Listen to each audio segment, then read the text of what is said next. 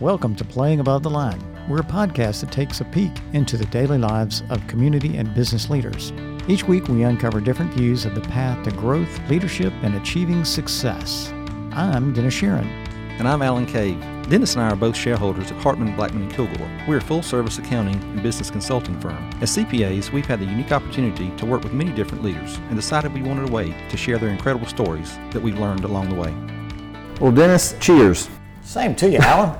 This is a great day today, huh? It is a very good day, and you know, we always like, when we're kind of outside of our norm as far as the way we record and that kind of thing, we'll always kind of give our listeners a heads up. And so today, we're at Steelwood Country Club, and we're on location because we have the distinct privilege of having Gary Boomer as a guest with us. And so Gary is here doing a strategic planning session with our firm, and we always want to take the opportunity to talk to folks like Gary when we have the chance. And so that's why we brought our remote set up here. So we're excited about being able to chat with him for a few minutes. Absolutely. So Gary, welcome.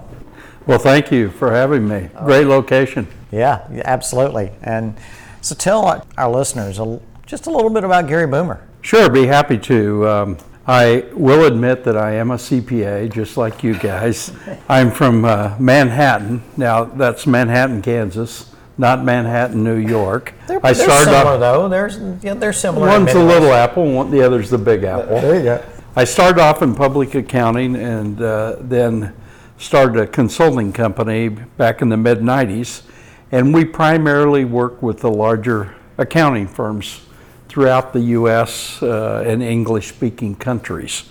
I have a real passion for client accounting services and how CPAs can expand into that market by offering more advisory and consulting services. My background, I started off with a Big Four, well, at that time, a Big 8 firm, then was a partner in a local accounting firm and was fortunate enough to be chosen by IBM to help them in their marketing efforts to the CPA and legal industry. So I met several key people that have impacted my life in the technology area through IBM and having access to some of the leading thought leaders in the accounting profession.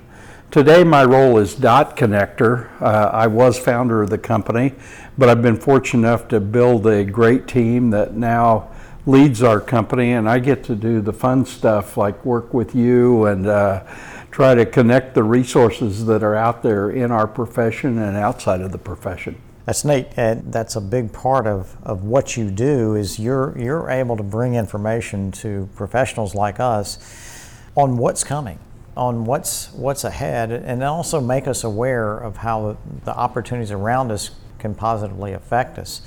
And where did that knack, if you will, for that visionary way you have, when did you first recognize that you had that gift? When I recognized it was far later than when it was developed. I can tell you that I've always been somewhat of an explorer, interested in new things, interested in technology, but I really didn't have the passion for reading that I do today until I was out of college. And I got beyond the technical literature and really enjoyed history and new technology and innovation. So I have had enough psychological testing done of myself that I know I am an explorer. I'm also an entrepreneur, but I do have a basis for fact-finding. So I don't just believe everything I hear. I tend to prove it and validate it. But I don't have to validate everything before I can make a decision, and I think that's a characteristic of an entrepreneur. They don't have all the information. They have to take some risk. And I grew up on a farm, and I don't think there's any background that better suits you for taking risks than growing up on a farm. Let me ask you this along those same lines. Sandra Wiley, who is your partner in Boomer Consulting, was here actually here at Steelwood. She was here doing something for us several months ago, and we recorded an episode with her. And I asked her this question about leadership, and I'll kind of turn the tables and apply it to visionary and entrepreneurship and that kind of thing. But I asked her, are leaders born or are they made? And so along that same vein, can anyone be a visionary, or is that something innate within you that just has to be developed? I mean, you know, I'm just curious as to what your What's your My opinion? answer to your question would be both. I think they are born. There's some unique abilities that people are born with, but I also think those skills have to be developed. And part of our education process today, I think, stresses too much on weaknesses and not on individual unique abilities. One of the big things I've seen in the accounting profession from the day I started to until today is that when I started, you operated as a rugged individualist, and today it takes a collaborative team approach. So knowing your unique abilities and surrounding yourself with people that have different unique abilities really builds a strong team, and that's what the service areas are about today, are collaboration and having the right people with the right skills on your team. What makes a good team member? I mean, what qualities do you look for in your team that you've built at Boomer Consulting to be that cohesive unit that you need to accomplish things? Well, there are several things. One, we think our team members have to be lifelong learners. They have to be willing to work in a unique ability team and collaborate. They also have to have passion. And we like to think our best people as game changers. Traditional success sometimes is way too focused on just the financial part of that. So I think game changers want to leave the profession or the business they're in better off than it was when they started. Whereas there's certainly nothing wrong with this, but there are some people that are really focused on what they can gain from the profession while they're there. And it's not about the development of people, the benefits to the clients, it's more about themselves. And I think great leaders improve the situation for others. The joy to me is watching other people develop and seeing them come along for the ride. So on that same line of game changer, you've known the guy a lot longer than I have, but Dan Sullivan talks about the game changer. And so there was one thing I want to bring up about that, because Dan wrote a book a few years back about industry transformers, and you were one of the individuals that he identified in that book because of what you just described. So when you think about yourself as an industry transformer, what does that mean to you? It means, and I'm really honored that Dan chose me as one of those industry transformers, because I know most of the others, and I'm friends with several of them, as well as I look up to them as mentors and coach. I've been in the strategic coach program for 25 years. Dan likes to say he likes members who are committed with a lot of cash and slow learners. So I don't know about the cash portion, but I probably guess I qualify for the slow learner. But seriously, I think what it means to me is it's given me the opportunity to meet thought leaders all over the world. Now, I first met thought leaders in the U.S., but then I had opportunities to go to Europe, Asia, India. And I've always been able to be a little bit out there on the edge by watching what other professions and industries were doing. Back in the early 2000s, you may remember there was a lot to do about outsourcing the tax returns to India, and how people were up in arms about it. Well, it was really the CPA profession that were scared, and they put a lot more regulation in to try to protect themselves, not so much the taxpayer, but to protect their franchise, so of preparing tax returns. Well, I think as an industry transformer, it's not about yourself. It's more about your clients, the profession, the people, and how you can improve everyone's lot in life. And if you think back, we hear a lot today about negative things in politics, but you know, the average American and the average person around the world, even if they're relatively poor today, live much better than royalty did 100 years ago.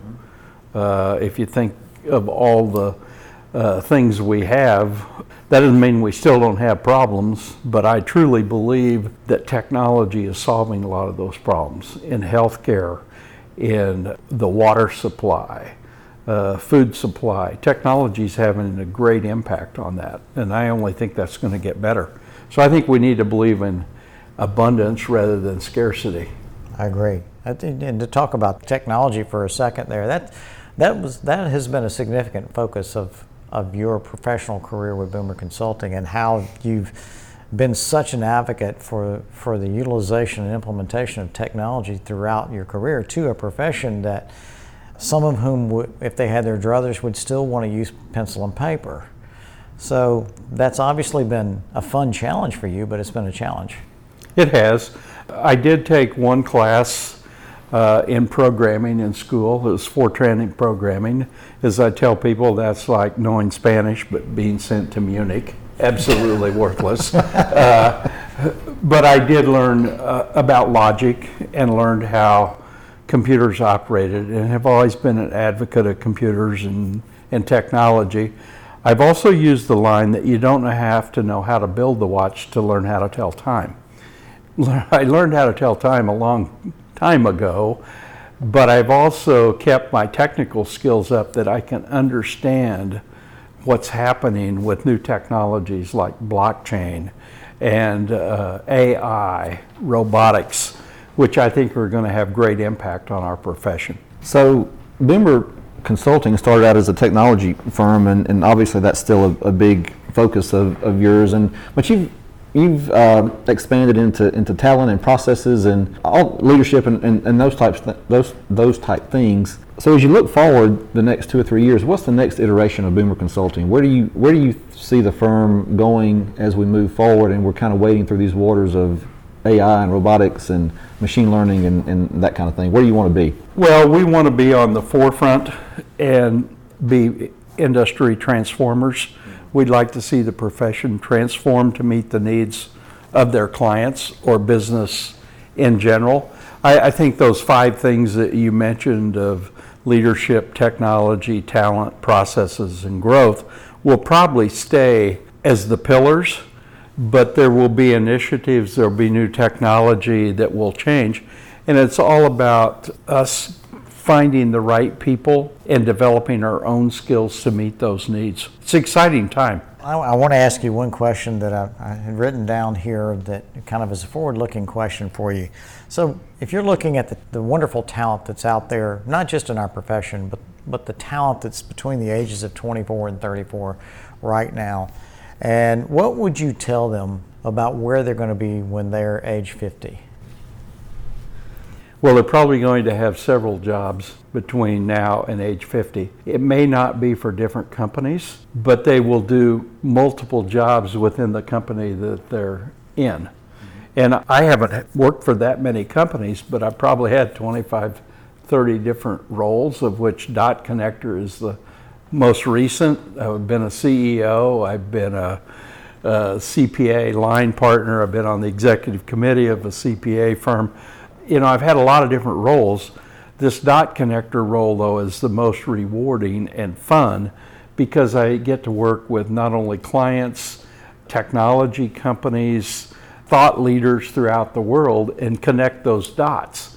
And it's just amazing how willing people are to share, and if they believe in abundance rather than scarcity. Yeah, there's a lot of opportunity out there. A lot of opportunity. And I think part of it's the mindset. Many of us were trained to think local and incremental, but the real thought process today has to be global and exponential. And I tell our clients that if you think 10 times larger, and that doesn't mean 10 times in revenue necessarily, it can, but if you can think, how could we solve this problem 10 times faster? How could we increase our customer experience by 10x? If you think in those terms rather than 10% increase, a whole new world of solutions appears to you. And your mindset gets different, and you're able to attract talent that have those skills. So I use the saying that I think who is more important than how today. We only have so much time, and we can't do it all ourselves. So finding the right person, getting the dots connected and the tools and get them educated is one of the most important things we can do in our own companies. And that applies to any organization regardless. Right. Those same principles are there regardless. Well, you have to use all the talent that's out there today, and you don't have to necessarily have them employed. Mm-hmm. So outsourcing or sourcing of skill sets is very important today and is going to be very prevalent. Yeah. Great insights on business and strategy and vision so far, but as we mentioned in the open, we're at Steelwood Country Club, and for the first time in history of Playing Above the Line, we have a live studio audience. And so now they just happen to be HB&K employees because we're here for strategic planning, but I mean they're live nonetheless, right? So they're here. That's right. And so we thought that we would open up the floor to them for questions for Gary, and so let's do that right now and see if we have a taker to ask a question. Come on down.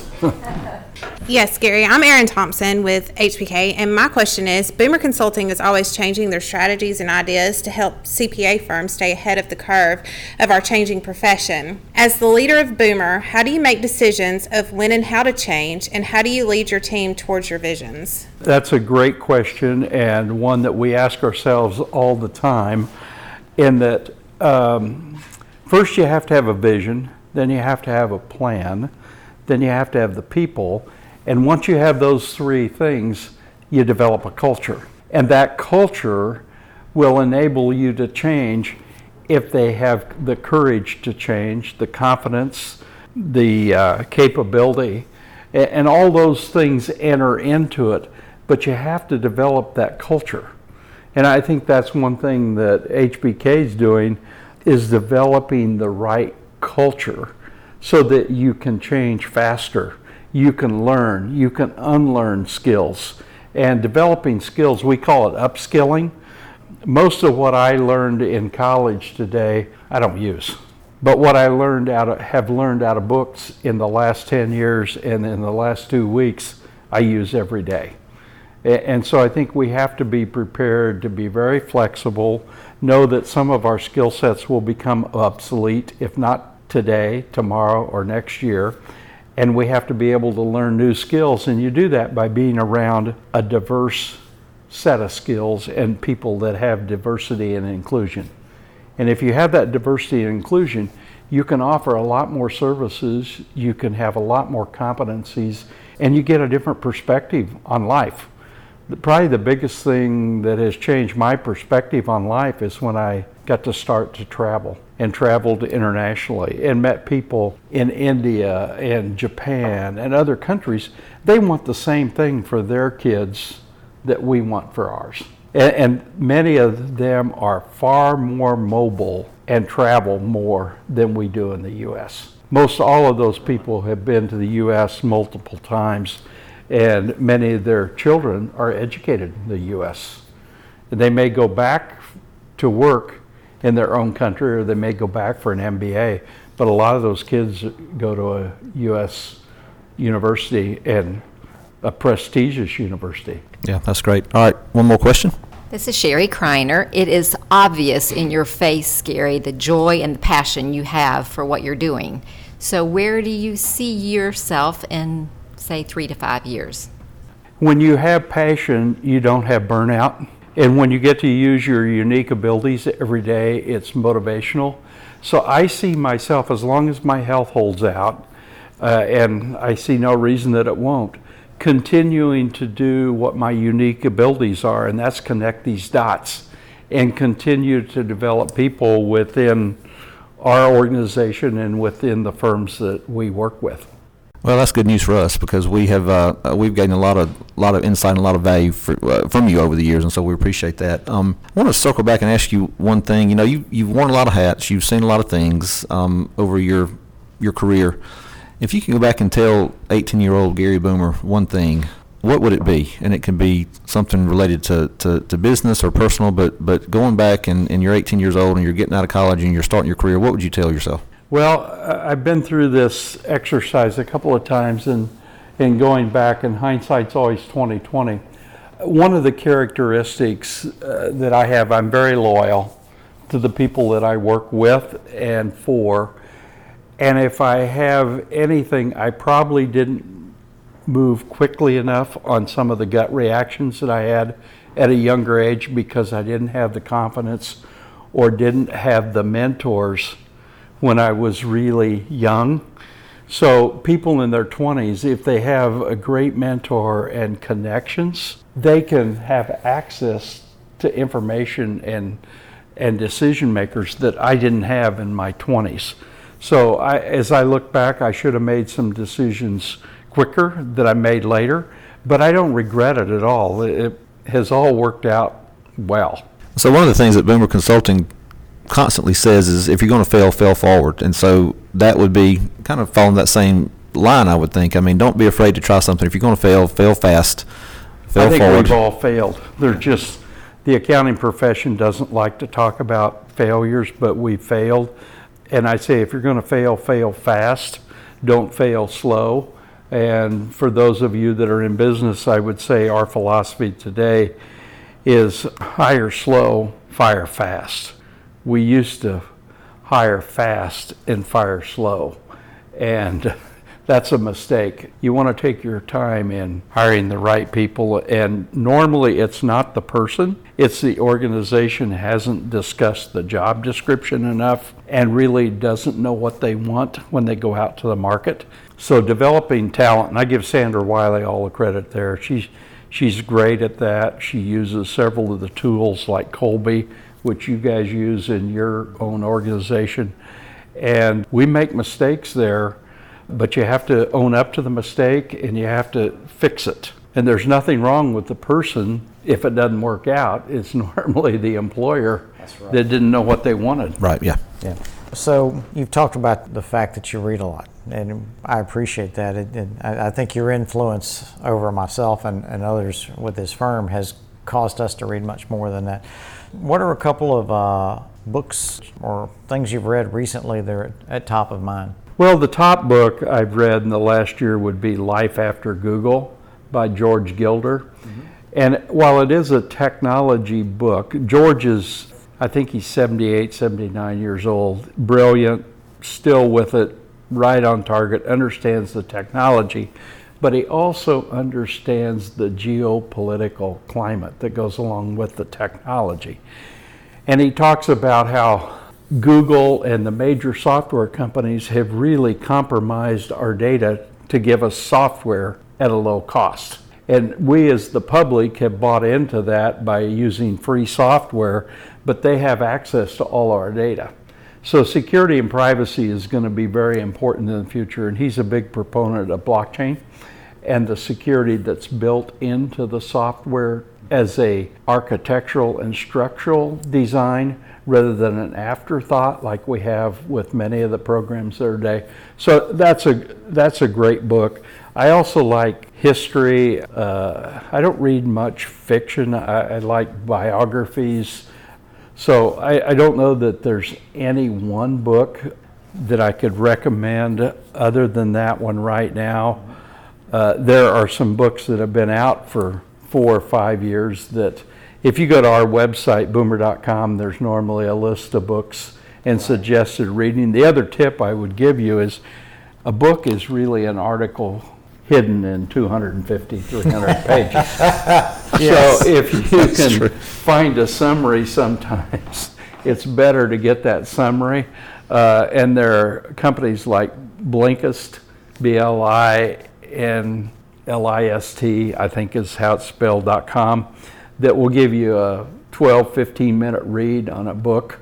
And not every book do I want to spend 8 to 12 hours on, but sometimes I read those summaries and then I say, well, I want to know a lot more about this, so I will read them. But I try to read 1 to 2 books a month at least. Well, as we often say, but I really mean it this time, we could sit here and talk for 2 hours. Unfortunately, we don't have 2 hours. And I've asked this question before. This is my closing question, but I'm really excited to hear what you say. And this is not new to our listeners, but I'm curious to what your answer is going to be. So if when you get in your car tomorrow and head over on I-10 toward Pensacola to go to the airport, and a spaceship lands and stops you in your tracks, and you have to stop, and you get out, and the little Martian comes down the walkway and says, "Gary, take me to your leader." Where do you take him? Well, I certainly think Dan Sullivan would be one of the first places that I would take him. A couple of my leaders are deceased, sadly. One of those would be Steve Blundell, who was a VP at Intuit and former CPA in the state of Florida. We built a great friendship starting in the 80s, and unfortunately he passed away 2 years ago, but he certainly would be one. My dad would be another because he instilled the education value in all of his kids. So those would be three quick ones right off the top of my head. That's great.